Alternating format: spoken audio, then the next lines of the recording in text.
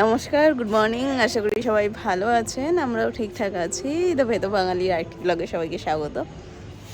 এখন বাজে সকাল 10:40। আমি অফিসে বসেছিলাম, বসে এখন আবার উপরে এই যে ছাদে জামা কাপড়গুলো মেলতে এসেছিলাম, স্পেশালি ওদের রয়্যাল ক্লথটা, কারণ ওরা এখনও সেভাবে টয়লেট ট্রেন্ড হয়নি। রাত্রিবেলা ওরা টয়লেট করে দেয় বিছানায়, তো রয়্যাল ক্লথটা শুকানো জরুরি। যাই হোক, তো দিদি তো আসছে না এখন।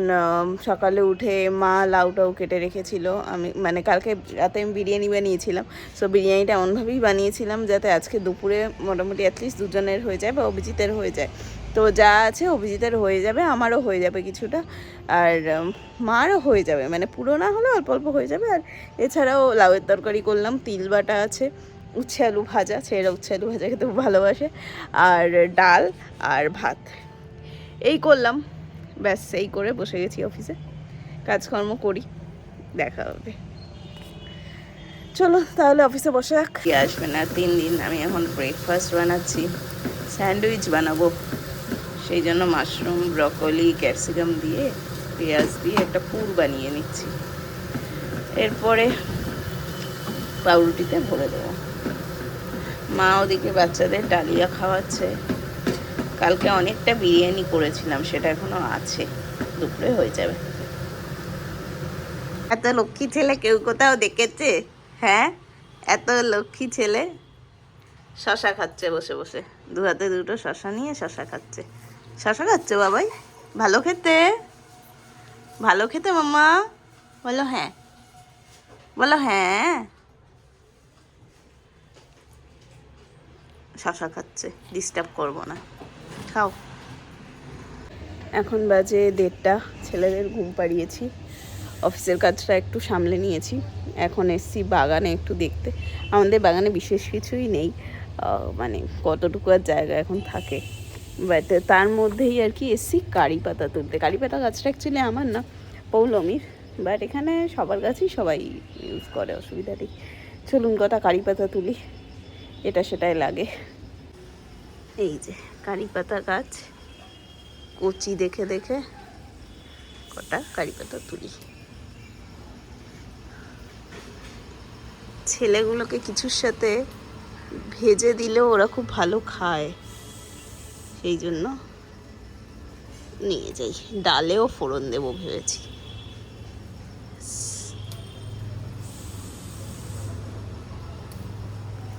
এই একটাতে আমার হয়ে যাবে।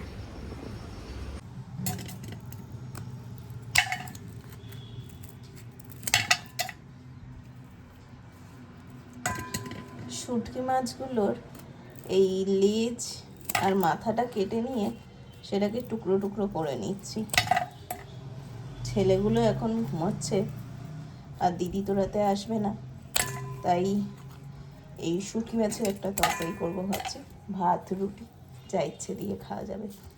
একটা ইলেকট্রিক কেটেলে একদম ফুটন্ত গরম জল করে নিয়েছি, এবার সেই গরম জলটা ঢেলে দেবো। মাছগুলোতে এত বালি, কিছুক্ষণ ভেজানো থাক মাছগুলো। এবার একটা আলু কেটে নেব, আলুগুলো ডুমো ডুমো করে কেটে নেব। আলু, পেঁয়াজ, টমেটো, একটু লঙ্কা আর কয়েক কোয়া রসুন, একটু ঝাল ঝাল করে বানিয়ে নেব। চলুন এগুলো কেটে নিয়ে তারপরে আবার কথা হবে। কড়াইতে একটু সর্ষের তেল দিয়ে নিলাম। কড়াইয়ে তেল গরম করে কাটা পেঁয়াজ, রসুন আর আলুটা একেবারেই দিয়ে দিয়েছি।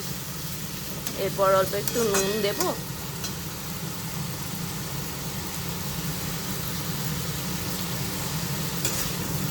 তারপরে লঙ্কা, একটু আদা বাটা দিয়ে দেবো, দিয়ে কষিয়ে নেব। এই যে লঙ্কা, টমেটো, আদা বাটা আর একটু হলুদ দিয়ে নিয়েছি, দিয়ে এবার ভালো করে নেড়ে চেড়ে নেব, কষিয়ে নেব বলতে পারে। শুটকি মাছটা দিয়ে নিয়েছি, এখানে চিংড়ি শুটকি, লোটে শুটকি দুটোই মিশিয়ে দিয়েছি। এবার ভালো করে নেড়ে নেব, হালকা একটু গরম জল দিয়ে একটু বাদে ঢেকে দেবো। হালকা একটু গরম জল দিয়ে নিয়েছি, এবার ঢেকে দেবো, নিজের মতো হোক কিছুক্ষণ। বেশ কষে এসেছে মাছটা, এরপর উপর দিয়ে একটু ধনেপাতা কিছু ছাওয়ানো যায়। আমার কাছে ধনেপাতা নেই, আমার কাছে আছে গাছের কারি পাতা, তো আমি কারি পাতাই দিচ্ছি। আমি কারি পাতা দিয়ে আগেও করেছি, ভালোই লাগে, বেশ সুন্দর একটা গন্ধ লাগে। যদিও শুটকি মাছ আর কারি পাতাটা অনেকেই বলবেন একসাথে যায় না, তাও একবার করে দেখতে পারেন। আর একদম কচি কচি কারি পাতা, ভালোই লাগে।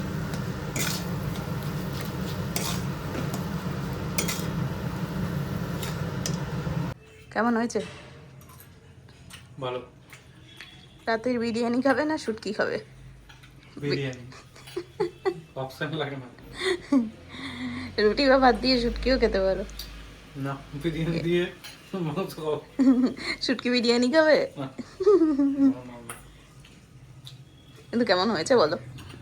ভালো হয়েছে। ঝাল ঝাল হয়েছে? দেখেই বোঝা যাচ্ছে ভালোই হয়েছে। ঝাল হয়েছে না? ঠিক আছে। এখন বাজে 4টে অ্যারাউন্ড।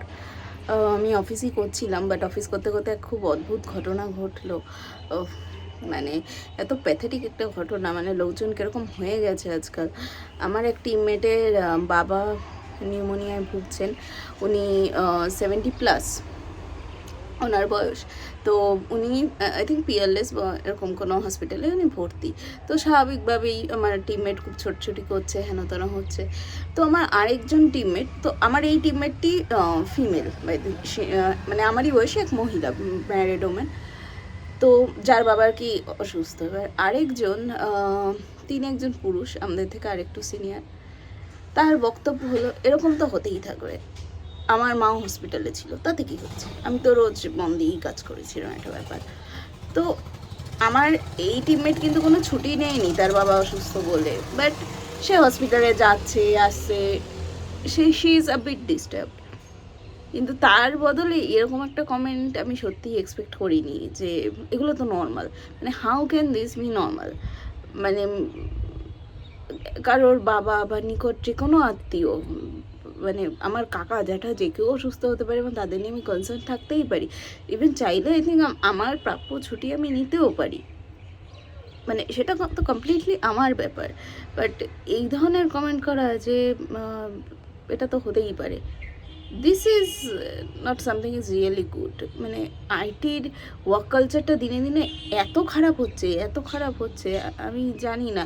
মানে আমি বহু বছর কলকাতার বাইরে ছিলাম চাকরি সূত্রে, আমি টু বি ভেরি অনেস্ট আমি কখনো এটা ফেস করিনি বাইরে। আমি এই জিনিস প্রথম ফেস করেছিলাম একজন বাঙালির থেকেই, আমার একজন বাঙালি ম্যানেজার, তো কিন্তু তখন আমি ভুবনেশ্বরে ছিলাম। সে এরকম কথা বলেছিল যে অসুস্থতা তো হবেই, সে ওখানে ভর্তি হবে।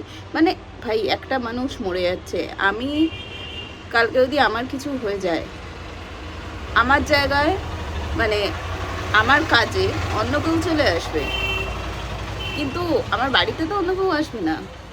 তো এই যে আমার টিমমেটের বাবা অসুস্থ, সে হসপিটালে যাচ্ছে, মানে একজন সত্তর ঊর্ধ্ব মানুষ, কত রকম চিন্তা, একজন হসপিটালে ভর্তি হলে কত রকম চিন্তা মানুষের মাথায় আসে, তাই না?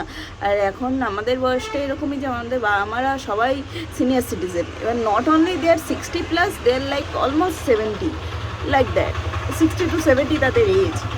আর এখন মানুষের যে অবস্থা, 30-এই হার্ট অ্যাটাক হচ্ছে। তো সেক্ষেত্রে মানে স্বভাবতই আমরা খুব চিন্তায় থাকি, ভয়ে থাকি। ঠিক আছে, মানে তোমায় কিছু করতে হবে না, তাই বলে এরকম মাঝে মাঝে কমেন্ট করাও ঠিক না, তাই না? তো ইটস ভেরি ওয়ের্ড, মাথা আমার খুবই গরম হলো। ইভেন সেই টিমমেটেরও খুবই বিরক্ত লেগেছে, মাথা গরম হয়েছে। বাট সিনিয়র কলিগ আর কথা বাড়ালাম না, জাস্ট কথা মানে ইগনোর করে গেলাম। আর এটুকু বুঝলাম এই মানুষকে পরবর্তীকাল থেকে আরও ইগনোর করতে হবে।